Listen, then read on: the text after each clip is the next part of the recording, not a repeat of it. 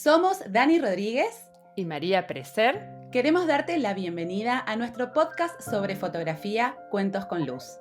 Aquí encontrarás anécdotas, experiencia, entrevistas y mucho aprendizaje. Te invitamos a un viaje para descubrir las historias que existen detrás del lente. ¿Nos acompañas? Hola a todo el mundo, ¿cómo están? Mi nombre es Dani Rodríguez y estoy junto a mi socia y amiga María Preser. Hola Mary. Buenas, buenas. Y este es el episodio número 26 de nuestro podcast Cuentos con Luz. Y hoy vamos a hablar de un tema que nos han pedido un montón. Como sabrán, nosotros en Insight hacemos muchas encuestas a nuestra comunidad. Nos gusta mantenernos informadas respecto de lo que a ustedes les interesa, tanto escuchar en este podcast como que desarrollemos en nuestros programas. Y el tema de hoy nos los han pedido un montón en la última encuesta que hicimos y es el que hablemos de edición, ¿bien? Es bastante difícil y desafiante hablar en un podcast sobre edición, pero vamos a contarles un poquito cómo fue nuestro camino y cómo arrancamos, porque notamos que hay mucha gente que está como medio perdida, que no sabe por dónde arrancar, que le tiene miedo a los programas. Así es que quédense porque va a estar buenísimo el podcast de hoy. Sí, déjame, amiga, antes de que empecemos con el tema, extender una invitación. Estamos preparando un nuevo seminario gratuito. Nuestra comunidad sabe que siempre estamos pensando tal cual en sus inquietudes, así que para acompañar este podcast también va a haber un seminario gratuito online por Zoom que se llama Antes y Después, donde también vamos a estar abordando esta temática. Va a ser el 2 de junio. Con un horario de 17 horas de Argentina, 22 horas de España y todo el resto de horarios lo van a poder encontrar en nuestro perfil de Instagram.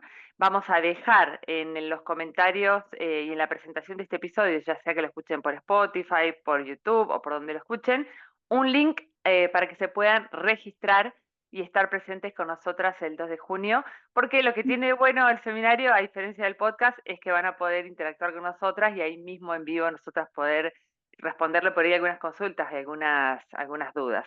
Así que vamos al tema y va a retroceder como unos 8 o 10 años en el tiempo atrás, ¿no? Como una máquina del tiempo. Ahí cuando Sí. empezamos, bueno, vos empezaste con ventaja porque vos estudiaste varios años de diseño, entonces algo de programas de edición por este lado tenías, ¿no?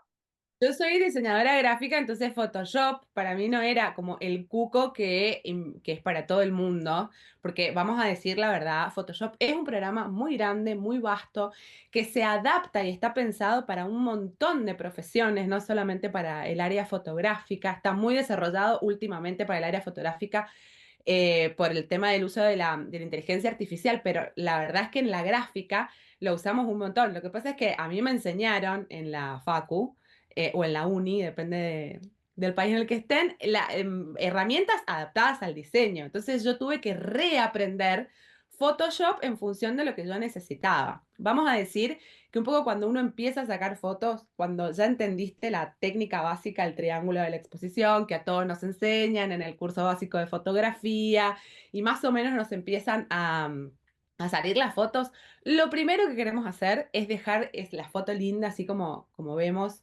en las redes. Hace 8 años el bombardeo visual que tenemos hoy no era tanto. Entonces costaba bastante como desmembrar, deshilar qué es lo que se le hacía a las fotos para que parezcan como más de película, más cinemáticas en ese momento, ¿no? Entonces le poníamos filtros, nos metíamos en Picasa, que era online, que antes del podcast me estaba haciendo acordar que editaba en Picasa y yo creo que también en algún momento lo he usado. Pero la necesidad de editar la foto surge casi en simultáneo con el hecho de dejar la foto lista, ¿no? Sí, bien decís esto claro, antes no existía tanto este tip, este backstage, este antes y después, entonces uno veía el producto final de las fotos y decía, wow, ¿cuándo llegaré a eso? Y era difícil entender qué era por toma, qué era por edición, no había tantos cursos tampoco disponibles para aprender edición, así que era todo un descubrimiento.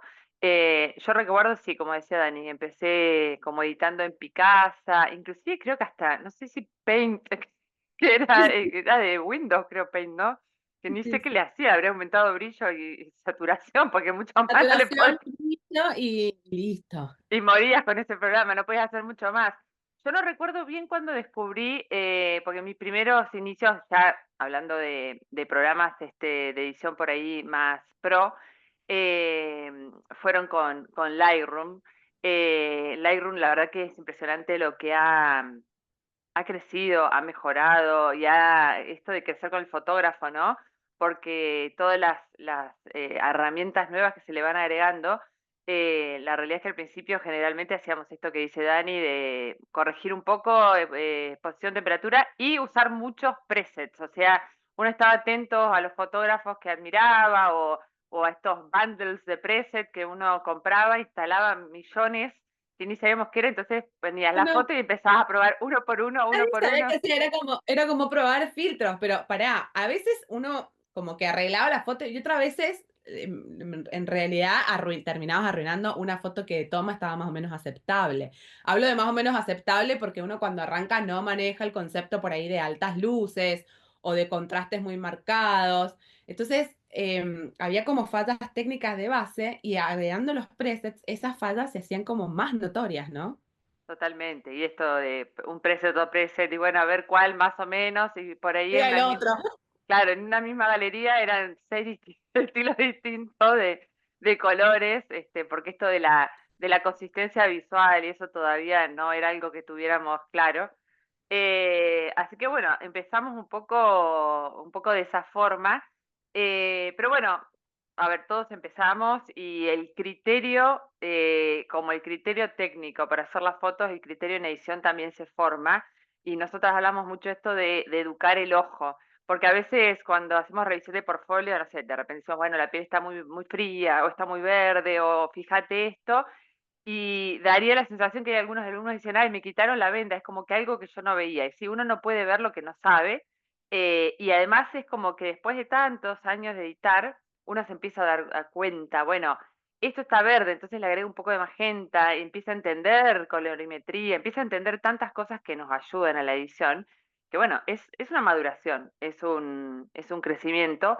Lo que sí, bueno, eso, creo que los errores al principio era esto de la no consistencia visual y el sobreeditar por demás, esto de los ojos súper, que me parecían ojos de aliens, o sea que llamaban Vidrio. la Ojos mirada. de vidrio, sí, sí, sí.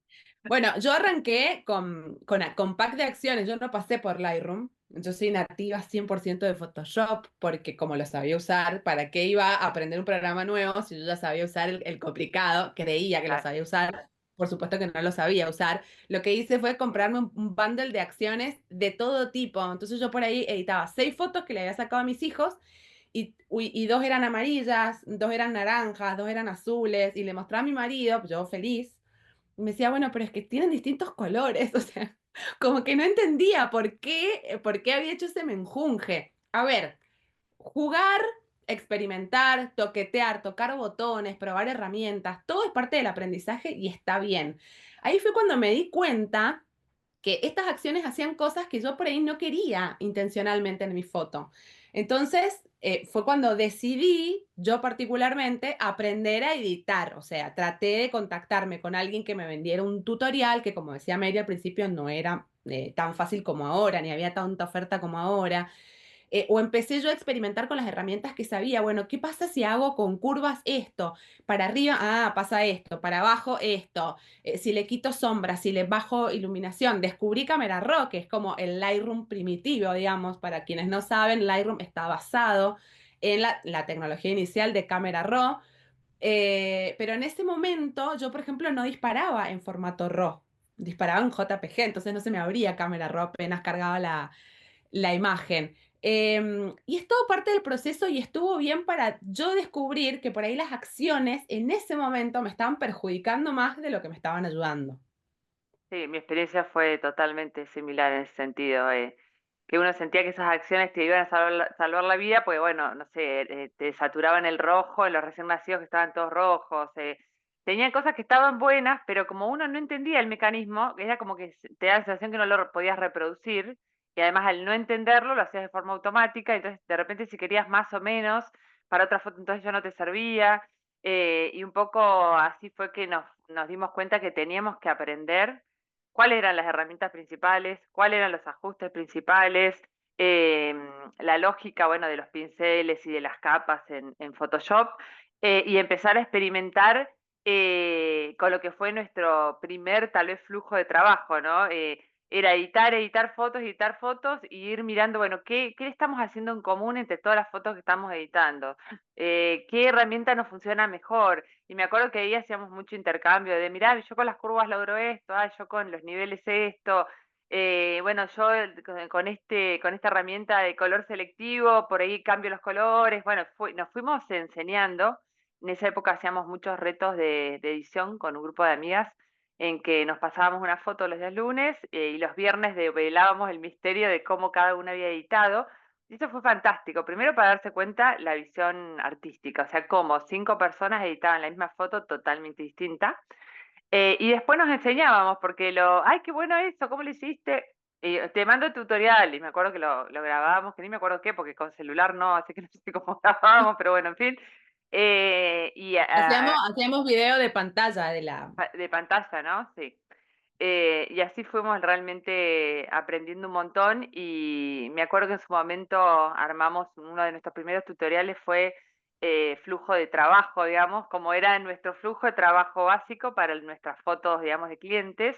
Que bueno, nada, eso está bueno esto del flujo de trabajo, de armar un propio flujo de trabajo, porque generalmente cuando uno ya empieza a editar muchísimas fotos, se empieza a dar cuenta que hay muchas cuestiones que repite en las Claro. fotos. Y está bueno esto, o tal vez de armar nuestras propias acciones, que es muy diferente a tener las acciones de otra persona, porque son algo que hemos construido nosotros, que sabemos qué hay por dentro, qué aplicación tienen básicamente, y que a su No, vez nos... y a ver, para no demonizar el tema de las acciones es real, agilizan el trabajo, son mucho más cómodas, pero nosotros en Insight tenemos una filosofía y por ahí hay alumnos que nos plantean, toman clases con cualquiera de las dos o inclusive una clase que damos las dos, que tantas capas, que tantas herramientas, que un cachito para hacer un ajuste mínimo, toda una capa, que por ahí es más lento, sí. Pero en Insight nos interesa que ustedes aprendan el proceso. Después cada uno como que adopta su forma de agilizar el propio flujo de trabajo, pero ustedes nunca van a llegar a un flujo de trabajo propio de cada uno, si no van paso a paso en el proceso. Entonces, por eso nunca vendimos nosotros nuestras pack de acciones. Los tenemos, los hemos armado para nosotras, los usamos en nuestro flujo diario con nuestros clientes, con nuestros proyectos, pero no están a la venta al público porque consideramos que les salteamos un paso muy importante. Y dentro de este conocer el proceso, ustedes van entrenando el ojo, aprendiendo de color, amigándose con todas las herramientas que de otra forma no lo harían y sobre todo formando su propio criterio. ¿Qué le va mejor a sus fotos que a lo mejor no le va bien a las mías? ¿Bien? Totalmente. Bueno, parte de la madurez de este proceso también va en relación a que uno descubre que al principio, además de sobreeditar, generalmente invierte más tiempo en editar que en tomar la foto correctamente, digamos. Entonces también viene ahí una iluminación, digamos, un eureka moment en que uno dice, bueno, si me dedico un poco a pulir más mi técnica, a pensar cuando tomo la foto, a estar realmente presente pensando en tridimensión, en la parte anterior de la foto, en la persona, en la parte posterior, en cómo estoy componiendo, cómo estoy mezclando los colores. Pero cuando llego a editar, llevo un bruto mucho mejor que va a requerir mucho menos trabajo de edición, que va a ser mucho más fácil o reforzarle su mensaje o darle alguna tonalidad que tenga que ver en función a lo que quiero comunicar con la foto, o si, bueno, si es un trabajo para un cliente, a que rápidamente es una foto muy prolija con muy poquitos ajustes. Entonces también ese es un camino que descubrimos, ¿no? De dedicar tiempo a lograr este RAW de buena calidad, un buen RAW de base. No, y además, bueno, cuando nosotros arrancamos, por ahí hemos tenido mentores que era normal estar 3 días editando una foto, porque Sí, era fine art, ¿no? Entonces era como, nosotros decíamos, wow, claro, ¿cómo no le va a quedar así si estuvo 3 días en la computadora? Y uno se imaginaba así como una cuestión era cuerpo a cuerpo con la foto. Hoy por hoy eso es impensado, porque todos sabemos que el tiempo es dinero, que mientras menos tiempo pasemos en la computadora, podemos estar desarrollando nuestra creatividad, haciendo más clientes, tomándome un curso de marketing, cualquier cosa que me arma al negocio. Yo no puedo estar 3 días editando una foto, porque cuando un cliente me pide una galería de 25, necesito un año para entregarle. Pero en esa época se me ocurren, no sé, mentores como Jamie Wood-Benitschek, por ejemplo, que ella hacía todo montaje y era como sacar primero la foto de los elementos, después con la iluminación, estudiarlo, montarlo todo, después otro día hacía el sombreado.